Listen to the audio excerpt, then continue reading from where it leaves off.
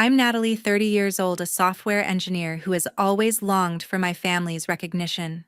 For years, I hoped they would see me, value me, and treat me as an equal. But my sister always, the star in their eyes, never missed a chance to remind me that I was nothing. I thought I could endure it. Until the night everything shattered. It was my parents' 35th wedding anniversary, a backyard celebration I wanted to make truly special.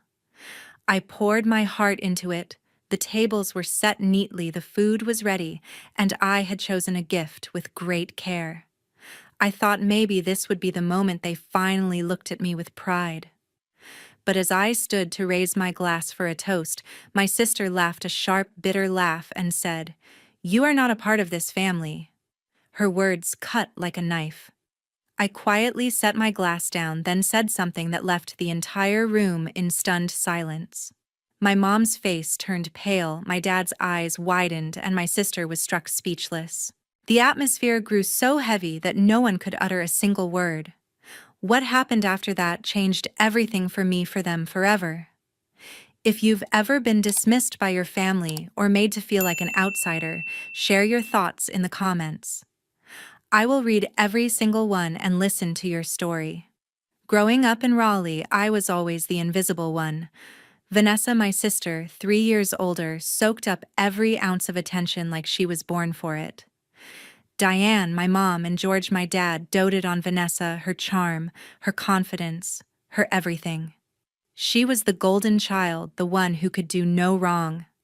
I wasn't jealous, not exactly, but it hurt to be overlooked. At the dinner table, I'd listen to Mom rave about Vanessa's school plays or her new hairstyle, while my straight A's barely earned a glance from Dad. By 16, I stopped chasing their approval. I focused on what I could control: my grades, my future. That same year, our world shifted. My dad, a salesman with a knack for closing deals, got laid off when his company downsized. The air at home grew heavy. Mom's worried glances, Dad's forced smiles, Vanessa's complaints about missing out on new clothes. Bills stacked up, and the tension was suffocating. I overheard Mom and Dad arguing about money late at night, their voices sharp through the thin walls. I vowed I'd never let that happen to me. I threw myself into studying, staying up late with textbooks, determined to build a life where I wouldn't have to beg. My effort paid off. I earned a full scholarship to a tech program at NC State, one of the best around. College was my escape, a chance to prove I was more than the quiet kid in Vanessa's shadow. I graduated at 22 with a software engineering degree and landed a job at a Raleigh tech firm. The pay was solid, better than I'd hoped, and I finally felt I was building something real. But things at home hadn't changed. Dad found work again, but it was commission-based, unreliable. Mom, a homemaker, relied on him for everything. Vanessa, freelancing as a graphic designer, was always broke, spending her earnings on clothes or trips. They struggled, and I couldn't just stand by. So I stepped in. It started small, paying the electric bill when it was overdue, covering Mom's car insurance when she said it might lapse. Then it grew. Vanessa called one day, her tone casual, but pointed, asking for a loan to cover rent. "Just this once," she said, but it never stopped. I sent her $500, then $1,000 the next month. It became routine, her asking me, giving no questions. I didn't mind at first. I thought it was what family did. I paid their water bill, covered Dad's car repairs, even sent money for Mom's medical checkups. Over 8 years, I must have spent tens of thousands. Vanessa never thanked me, not once. Instead, she'd make snide remarks, calling me Miss Hotshot when I mentioned a work project, or smirking when I showed up in a new coat. Diane would add her own jab, saying I worked too much, that I should settle down instead of chasing promotions. "You're not getting any younger," Natalie, Diane said, once, her tone sharp enough to sting. Dad was kinder, but he'd just shrug like it was my role to keep them afloat. I told myself it was okay. I was doing well. Promotions came fast. My savings grew, and I loved my job. But every time I sent another payment, a knot tightened in my chest. I was their lifeline, but they didn't see me. To them, I was just the bank, not the daughter or sister who wanted to belong. Vanessa's comments cut deeper each time, and Diane's offhand remarks about my life choices didn't help. I started wondering if they cared about me at all, or just what I could give. Planning their anniversary became my way to show I was part of the family, even if Vanessa and Diane acted like I wasn't. I decided to host the celebration in their Raleigh backyard, picturing a warm summer evening with laughter and shared memories. Knowing no one else would take charge, I dove into planning every detail, hoping it would prove I belonged. Weeks before the event, I started browsing online for ways to make their backyard feel special. I ordered string lanterns to hang above the tables, imagining a cozy glow over the night. For the menu, I picked a local caterer known for Southern comfort food: fried chicken, cornbread, collard greens, and peach cobbler for dessert. It wasn't high-end, but it felt like home. The catering cost $2,000, not counting rentals for tables, chairs, and linens. The biggest expense was the gift: a wicker outdoor furniture set, chairs, and a table perfect for their patio. It cost $3,000, but I knew Mom loved hosting and Dad enjoyed his evening coffee outside. I wanted it to be a gift they'd cherish. To make it a family effort, I suggested we present the furniture as a joint gift. I called Vanessa to discuss it, keeping my tone upbeat. "I'm handling the catering and decorations," I said. "Maybe we can say the furniture's from both of us." Vanessa scoffed over the phone. "Always splashing your money around, huh?" she said, her voice sharp. I swallowed my frustration, hoping she'd warm up to the idea. I didn't want to fight, not when the party meant so much. I spent days coordinating with the caterer, finalizing the menu and arranging delivery times. I rented glassware and white linens to give the tables a polished look, even borrowing a friend's projector to show old photos of Mom and Dad's wedding day. Every detail was meant to celebrate their love story, to show I cared. Vanessa didn't offer to help, not even with small tasks like picking up extra chairs. When I asked if she could pitch in, she snapped, "You've got it all figured out, don't you?" "Natalie," her words stung, but I pushed forward, focusing on the party. Mom was excited when I shared the plans, though she slipped in a jab about how I should spend less time working and more time finding a husband. "You're too focused on your career," Diane said, her tone cutting. Dad just smiled and said it sounded great, his usual quiet support. I kept Vanessa updated, texting her about the menu and lanterns, hoping she'd show some interest. Her replies were curt one-word texts or silence. One evening, I stopped by their house to show Mom napkin samples. Vanessa was there, sprawled on the couch, scrolling her phone. "Going all out, aren't you?" she said, smirking. "What, trying to buy their love?" I gripped the napkins, forcing a calm response. "It's for Mom and Dad," I said. "I thought you'd want it to be special." Vanessa rolled her eyes and went back to her phone. As the party neared, Vanessa's jabs wore me down. I started doubting every choice, wondering if she was right. Maybe I was trying too hard. But I kept going, spending late nights checking the weather forecast, confirming the furniture delivery, and splurging on a bottle of vintage wine for the toast. By the time the party was days away, I'd spent nearly $6,000, mostly from my savings. The cost didn't bother me. I just wanted one night where we felt connected.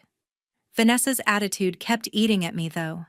She hadn't contributed a dime or lifted a finger yet. She twisted my intentions. When I mentioned the furniture set to Mom over coffee, Vanessa overheard and muttered, "Must be nice to have money to burn." Her words cut deep, but I held back, telling myself the party would change things. I thought seeing it all come together might make her see me as family, not just a paycheck. The night of the party started with hope. I'd poured weeks of work and thousands of dollars into making my parents' wedding anniversary perfect. The backyard glowed under the string lanterns. I'd hung the tables set with white linens and Southern dishes, fried chicken, cornbread, peach cobbler, filling the air with familiar comfort. Guests mingled, neighbors and old friends laughing as old wedding photos played on the projector. I stood back, watching Mom smile as she greeted everyone, Dad sipping his coffee by the patio. For a moment, I felt like I'd done something right. Vanessa arrived late, strutting in with a bright dress and a fake smile. I tried to ignore the knot in my stomach, greeting her with a nod. She barely looked at me, grabbing a plate and chatting with guests like she'd planned the whole thing. I busied myself checking the caterers, making sure the wine was chilled for the toast. But Vanessa's presence loomed. Halfway through the evening, as I refilled drinks, she leaned in close, her voice low and sharp. "Still playing the perfect daughter, huh? Too bad you're too busy with your fancy job to find a husband." Her words hit hard, but I forced a smile, not wanting to ruin the night. Guests were watching, and I didn't want a scene. I kept moving, helping Mom serve dessert, ignoring Vanessa's occasional smirks. Dad pulled me aside to thank me quietly, his eyes warm. "This is wonderful," he said, squeezing my shoulder. It felt good, but Vanessa's jabs kept echoing. As the night went on, she got bolder. When a neighbor complimented my tech career, Vanessa laughed loudly. "Oh, Natalie's all about her big-shot coding life," she said, her tone dripping with mockery. "No time for a real life, though, right?" I clenched my jaw, feeling eyes on me. Mom glanced over but said nothing, her silence louder than Vanessa's words. The moment for the gift arrived. I'd arranged for the wicker furniture set, chairs, and a table sleek and perfect for their patio to be unveiled at the center of the yard. I'd spent $3,000 on it, hoping it'd be a symbol of our family's bond. I stood up, heart racing, and raised my glass for a toast. "Mom and Dad, this is for your 35 years together," I said, gesturing to the covered furniture. "It's from all of us." I glanced at Vanessa, hoping she'd go along with the joint gift idea. Instead, she stood, her face twisted in a sneer. "From all of us," she said loud enough for everyone to hear. "You are not a part of this family, Natalie. You're just showing off with your money."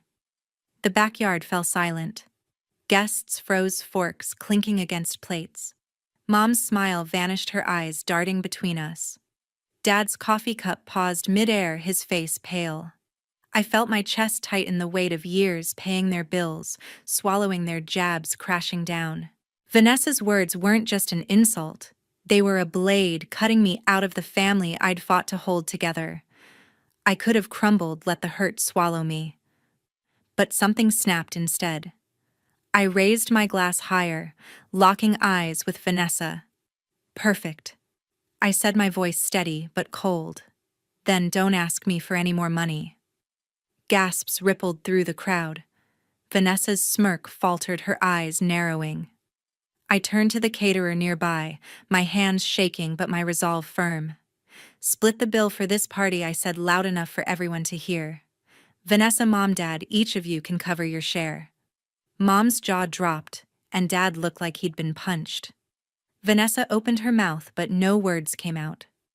I set my glass down, grabbed my purse, and walked out, my heels clicking on the patio stones. The night air hit me as I reached my car, my heart pounding. I'd spent years carrying them, and in one moment I'd let it all go.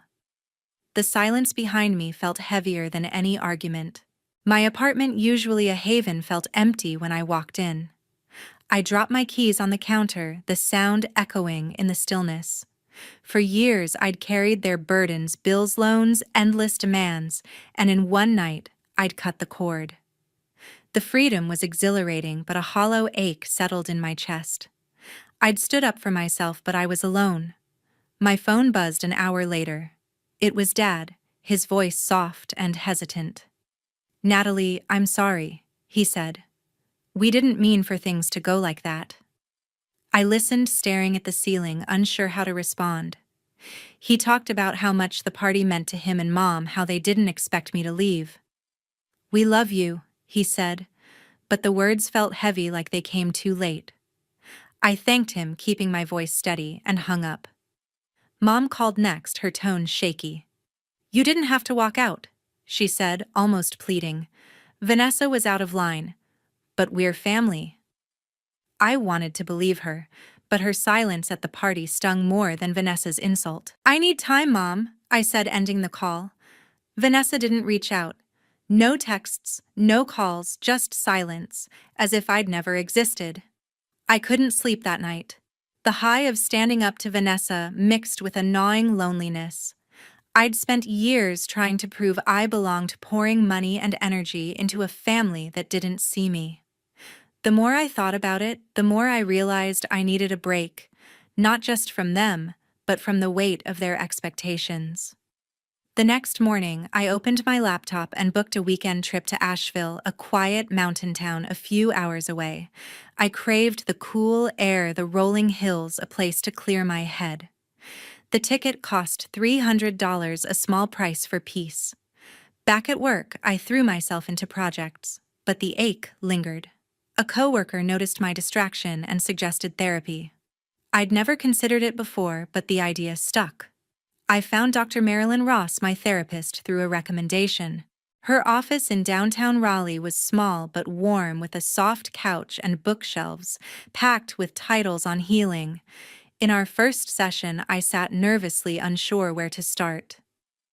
"Why are you here?" Dr. Ross asked, her voice calm but direct. I told her everything: Vanessa's constant jabs, Mom's dismissive comments, Dad's quiet acceptance, the years of paying their bills, the party that broke me. She listened, nodding, jotting notes. "You've been carrying a lot," she said. "What do you want for yourself now?" That question hit me hard. I'd spent so long trying to be the perfect daughter, the reliable sister, that I'd lost sight of my own needs. Dr. Ross helped me see how much I'd sacrificed: my savings, my time, my sense of self, all to win a place in a family that didn't value me. "You can't control how they treat you," she said, "but you can choose how to move forward." I left her office feeling lighter, like I'd started peeling away layers of guilt. The Asheville trip came a week later. I stayed in a small cabin surrounded by mountains that felt steady and unchanging. I hiked trails, breathed in the crisp air, and let myself think. I wasn't angry anymore, not exactly. I was tired, but also hopeful. For the first time, I saw a life where I didn't have to earn love with money or effort. I journaled every night, writing down what Dr. Ross had said, what I wanted. I wanted freedom, not just from their demands, but from the need to prove myself. When I returned, my phone stayed quiet. Vanessa's silence spoke louder than any apology could. Mom called once more, her voice softer. "We miss you," she said, but I wasn't ready to talk. "I'm figuring things out, Mom," I replied, keeping it short. Dad sent a text, simple and kind, but it didn't erase the years of feeling invisible. Dr. Ross's words echoed: I could choose my path. I started seeing her weekly, unpacking the hurt and building a plan to focus on myself. The loneliness was still there, but it was softer now, mixed with a growing sense of strength. I returned to Raleigh with a quiet resolve to focus on myself, to build a life that wasn't defined by their approval. For the first time, I felt like I could breathe without carrying their weight. Work became my anchor. I'd always loved my job as a software engineer, but I'd let family stress pull me away from it. Now I poured my energy into projects, staying late to refine code and pitching ideas to my team. My manager noticed. A month after the party, she called me into her office. "You've been killing it," she said, offering me a promotion to lead developer. It came with a raise, $10,000 a year, and more responsibility. I accepted, feeling a surge of pride. The promotion wasn't just a title. It was proof I could thrive when I stopped trying to fix everyone else. I shared the news with Ellen, my friend from college, over coffee at a Raleigh cafe. Ellen, always blunt but kind, grinned and raised her mug. "About time you put yourself first," she said. I told her about the party, Vanessa's cruelty, and my decision to walk away. She listened, nodding, then leaned forward. "Don't let them pull you back in," she said. "You've given enough. Keep those boundaries." Her words stuck with me, reinforcing what Dr. Ross had said about choosing my own path. Ellen's support felt like a lifeline, a reminder that I had people who saw me for me, not what I could provide. Life wasn't all work, though. I'd been single for years, too busy with family and career to date. But a coworker introduced me to Steven, my date, at a team happy hour. Steven was a graphic designer, quiet but thoughtful, with a dry sense of humor that caught me off guard. We hit it off over drinks, talking about everything from coding to art. Our first real date was at a local brewery, where we laughed about our worst job interviews and swapped stories about growing up in North Carolina. Stephen didn't push or pry when I mentioned my family in passing. He just listened, his calm presence easing the knot I'd carried for so long. Dating him felt like a small, brave step toward a life I hadn't let myself imagine. Inspired by my own journey, I wanted to give back. I'd always loved teaching, so I pitched a project at work, a free coding bootcamp for young women in Raleigh, aimed at those from underserved communities. My company loved the idea and gave me a budget of $5,000 to start. I spent weeks planning, reaching out to local schools and community centers to recruit participants. The program would teach Python and web development skills I wished I'd had access to as a teen. I named it Code Forward, a nod to moving ahead despite obstacles. The first session was set to launch in 3 months, and I was already buzzing with ideas for workshops and mentors. My family stayed distant. Mom called occasionally, her voice softer but still hesitant. "We're proud of you," she said once, mentioning my promotion. I thanked her but kept the conversation short. Dad sent a text now and then, simple updates about his garden or work. Vanessa remained silent, her absence loud but not surprising. I didn't reach out either. Dr. Ross had helped me see that their validation wasn't my responsibility. I wasn't angry anymore, just focused on building something new. Ellen checked in regularly, texting to make sure I wasn't slipping back into old patterns. "Stay strong," she'd say, half joking, half serious. Her encouragement kept me grounded, especially when doubts crept in. Stephen, too, became a steady presence. Our dates turned into weekend hikes or quiet evenings cooking together. He didn't know the full story of my family, but he sensed the weight I'd carried.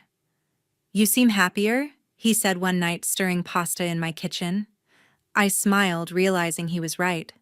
Code Forward took shape faster than I expected. I recruited a small team of volunteers, including Ellen, who offered to design flyers.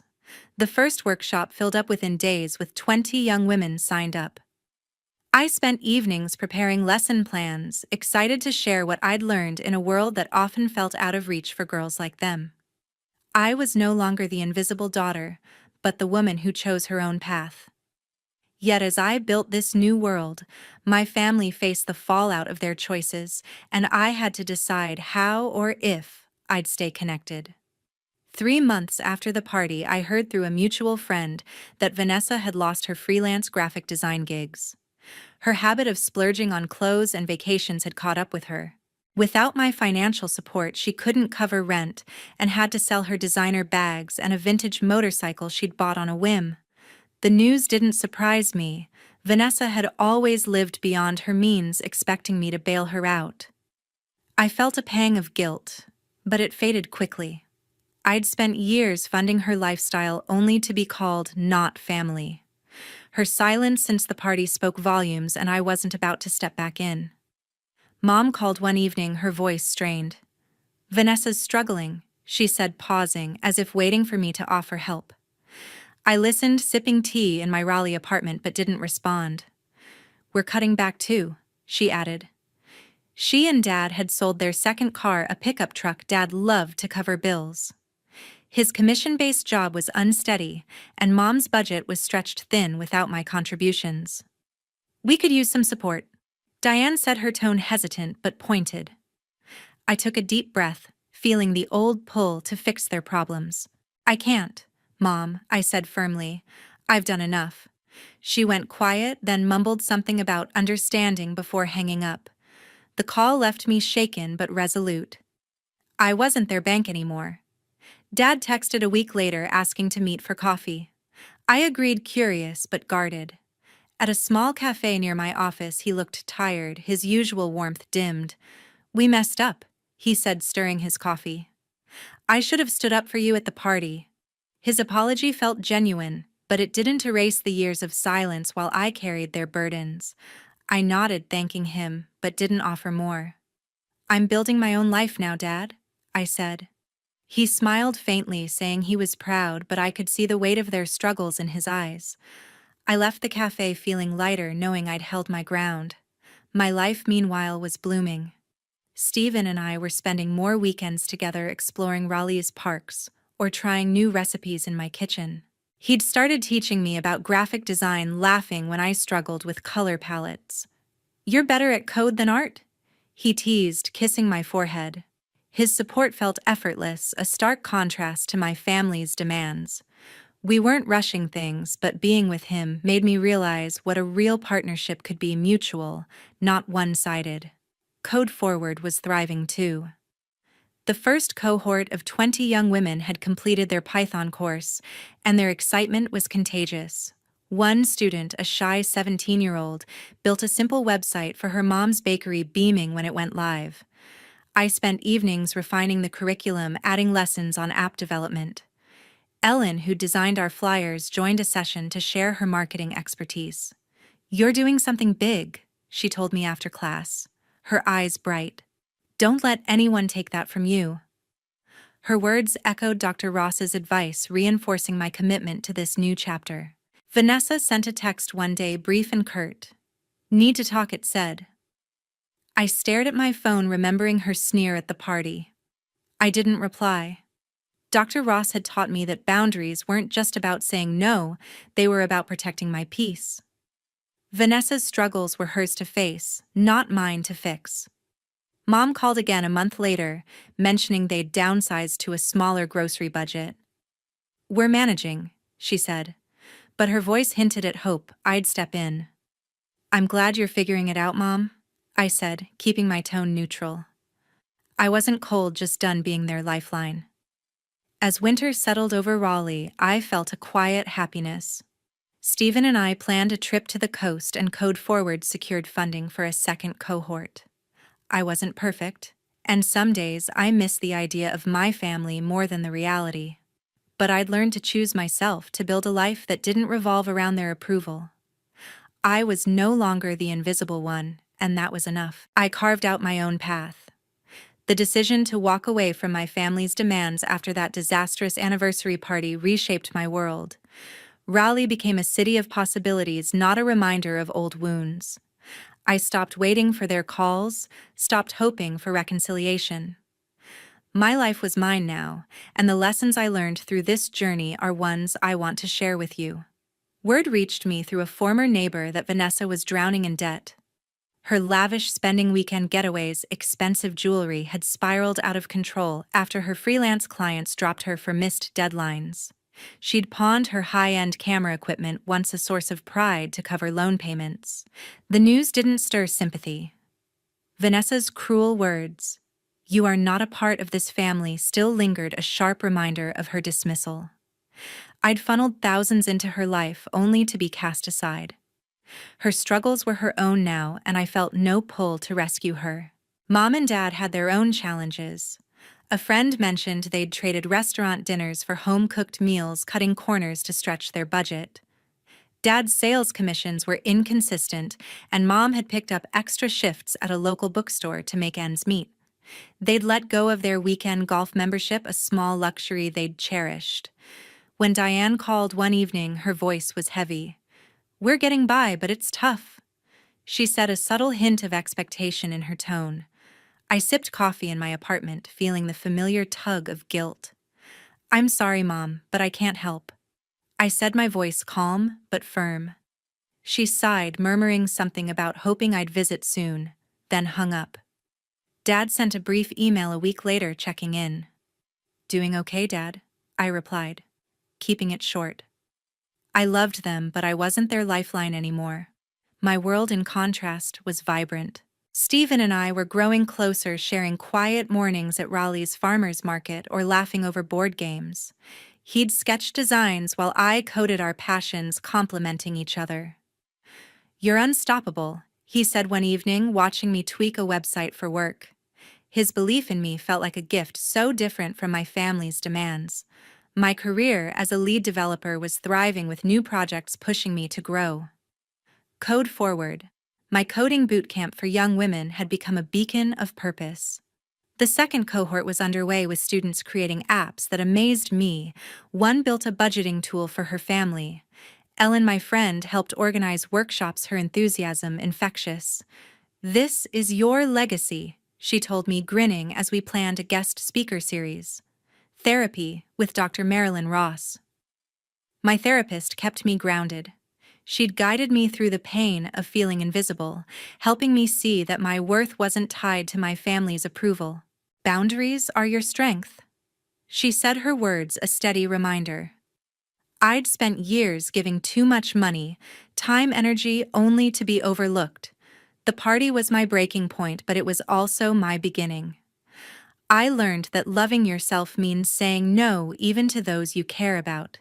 It's not about cutting people off. It's about protecting your peace so you can thrive. The biggest takeaway: you deserve to put yourself first. I used to think family meant sacrificing everything, but I was wrong. Walking away from their expectations freed me to build a life I love.